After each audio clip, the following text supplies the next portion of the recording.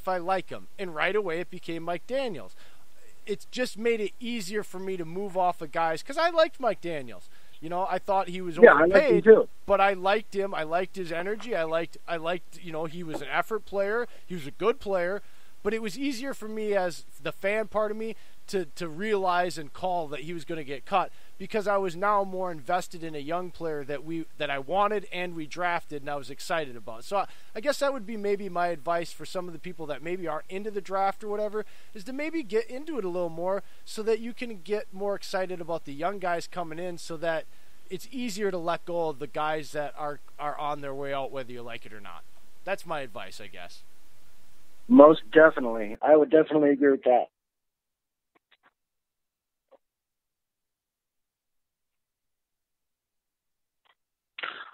So, I'm sorry. Sorry I got caught watching the game. My fault. I'm an idiot, bad host. Sorry, bad Dave. So, Parker, I got to ask.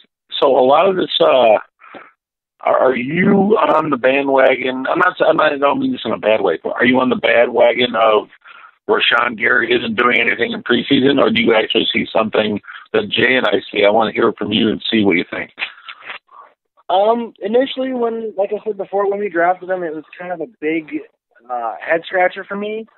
But I mean, after that, I ended up watching a lot of film on him in his Michigan days, and he definitely shows a lot of flashes. His biggest draft knot was his effort on the field.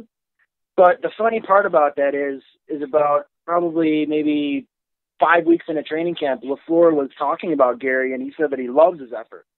So it's sort of funny how that narrative shifted once he came from college into the big leagues, and they end up talking about his effort in a positive way rather than a negative. But as far as his injury goes, I mean, that's what my biggest head scratcher was the fact that he came in and got drafted with that shoulder injury. But now that it's fully healed and all that, I think he can definitely mold himself into a great player. I think he's a good player right now. But again, I haven't seen him. We're going to see him in about a week. But I'm not going to really make any judgment calls right now. But I think right now he's proving himself as a good enough player, and I think he's good enough to make the roster. And I think he will. So when I went, sorry, I didn't mean to interrupt you there. So when I went back and watched his Michigan tape, and everyone kept saying, like you said, there's no effort. There's one thing that I saw. Michigan used him wrong. They were playing him on defensive line instead of the edge a lot. And when they did that, the guy was getting double teamed, triple blocked, and he was holding the blocks. And guys like Hurst, guys like Winovich, guys like Devin Bush were getting all these plays and highlights, and Gary never got the love because he was holding up half of the offensive line while these other guys could get one-on-ones or free runs at the quarterback or the running back. And one thing I'm seeing here in preseason and camp from what the tape shows is Gary holds a hell of a run edge. He doesn't let the running back or quarterback bounce outside. And on top of that, when you go back and watch the preseason games he was in, he was millimeters close to getting his first sack. The only reason he didn't get him is because it wasn't even a three-step drop. The quarterback got the ball out of the read option and literally just tossed it on a quick slant. Yeah, I know exactly what play you're talking about. Yeah, well, 99% of the time he shared about it. Yeah, and 99% of the time it's a three-step drop, and you look at it, that would have been a sack anytime. And I just feel that a lot of people are looking at highlights instead of actually digging in on the tape and looking at Gary has a lot more to offer than what they see. And plus, he's a rotational guy this year. He's not. We're going to see a bunch of him, but he's not a starter. Darius Smith and Preston Smith are our starters, and I don't get what people don't understand about that. Yeah, I don't really understand it either. They base their opinions off of, like you said, his Michigan tape, because that's all they have. They don't have any NFL tape of him.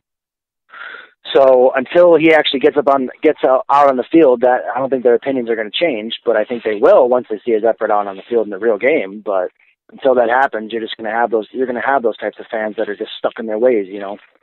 So that's unfortunate, but that's the truth. Okay, actually, I what? want to ask about another guy that everybody is down on. Can I give a prediction real quick, Jack? Oh, go ahead. You know what? I'm going to call it. For all the people being naysayers and everything, I'm going to go out on a limb. Rashawn Gary gets his first 2 NFL sacks week 1 against the Bears. All right, I can see that. Okay. I think with Clark and Smiths, I think it's going to open up one-on-ones for Gary, and I think he's going to get after Mitch.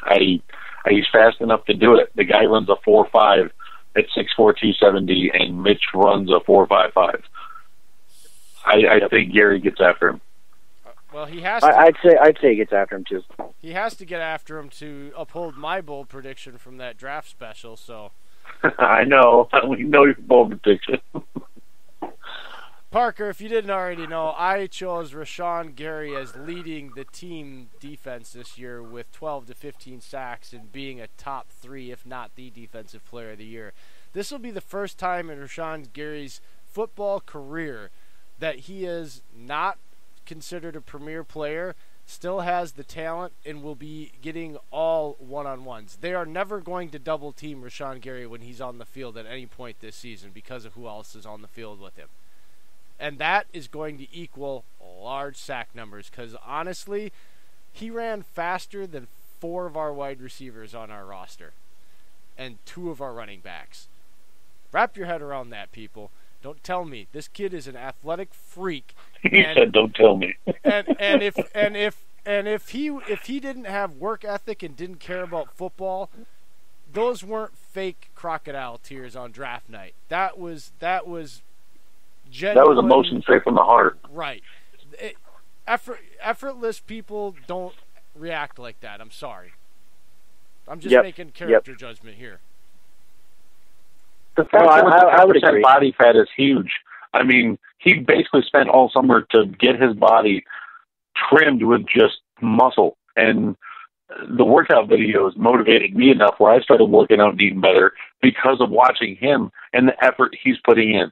So it's just the whole effort thing goes out the window, especially after watching those, the workout videos I'm talking about, Parker, the ones where he puts the Bane talkovers on them. Oh my God, I love them.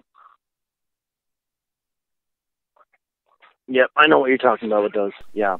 The Bear fans have been really harping on him too as far as his effort goes in the preseason. They're saying, "Oh, he's not going to be able to get to Mitch. He's not going to be able to do anything against their offensive line." Blah blah blah.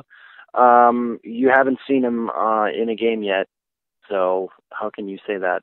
Like, that doesn't make sense. You're basing it off of his Michigan tape or off of his preseason stats, which are completely meaningless at this point. Until week 1 happens and he's out on the field, you can't judge. You know what? I can't give one guy enough credit. Switching back to the offense, I just watched an interview happen on Packers game. Billy Turner has been a stud at right guard, and he has come in and shown nothing with the coaches and the QBs of just nothing but top quality play. And Rodgers goes out of his way almost every interview to mention Billy Turner. And I cannot wait for him to show his aggressive, because he can be nasty. You watch his film, oh my God, he puts defensive linemen and linebackers on their butts, and I cannot wait to see what he does for the run game.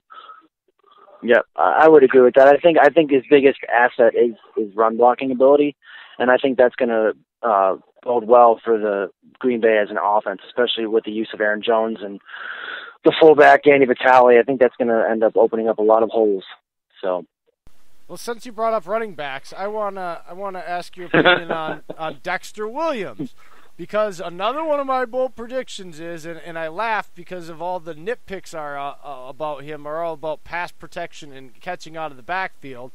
And I think that's not what they drafted him for, because otherwise you wouldn't have drafted him, because his tape doesn't show he's real great at that.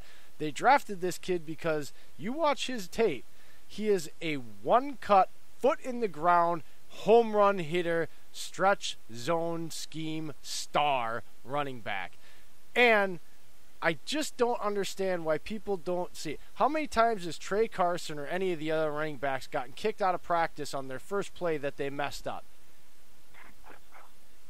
Yeah. I truly Speaking of believe. which, Dexter Williams just had his second run in a row to pick up a first down. Well, I'm just saying, let you know. I don't know if you'll agree with me or not, Parker, but from a coaching aspect, if LaFleur gets that upset with him, it has to be, in my opinion, because his expectations for this kid are so high. That's why he's riding his ass. And that's why he kicked him out, because he expects him to do things because they have a plan for him. And I just don't think LaFleur does that to him if they're going to cut him or don't think he's making this team and don't feel that he's going to be a big part of what they want to do in the run game. I can't emphasize that enough. Jones and Williams are your dual threat backs in this.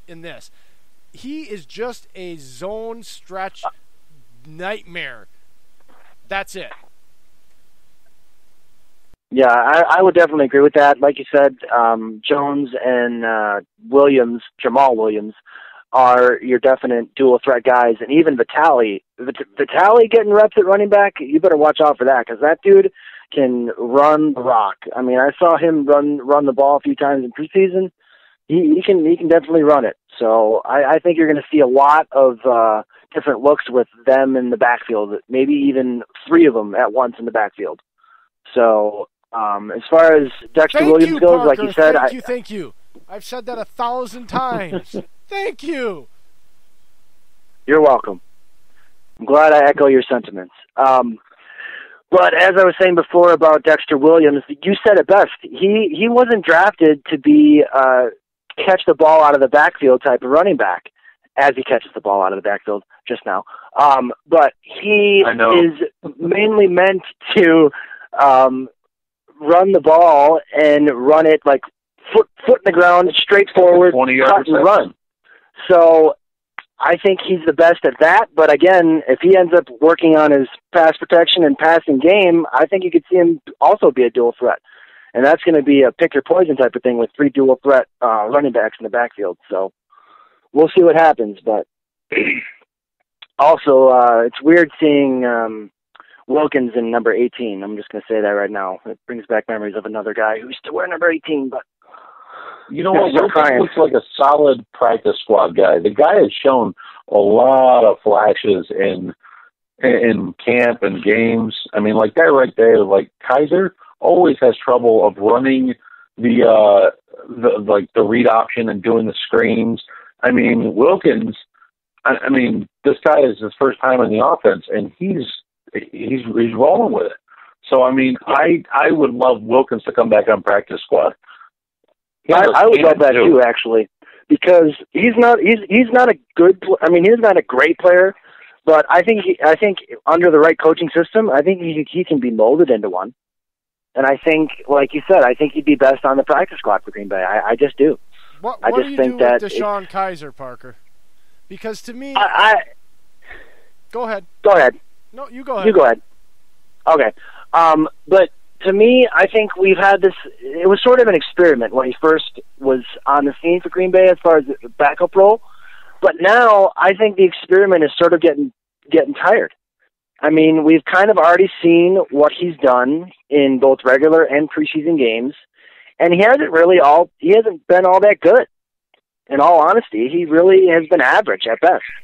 And I hate to say that because I know he's a player in the NFL, and it's hard to get in the NFL, and it's hard to even play in the NFL. But if you're just going to continue to put up average stats and be an average type of player, then I don't understand why you'd still be on the team, especially with the GM like Brian Gutekunst, who is sort of take no prisoners type of person as far as a GM. I mean, would you agree type of guy. Our assessment? Dave and I basically tried to describe it so that fans can understand where we're coming from, and you can agree or disagree. We basically break it down like this when it comes to Boyle and Kaiser. It's really not about so much our stats when we watch them. I just feel like when I watch Boyle, I always say, Rodgers, I laugh when they say that Rodgers doesn't have the strongest arm in the league, that it's Mahomes. Mahomes throws the ball like Brett Favre. It's a big wind-up. It's a longer delivery.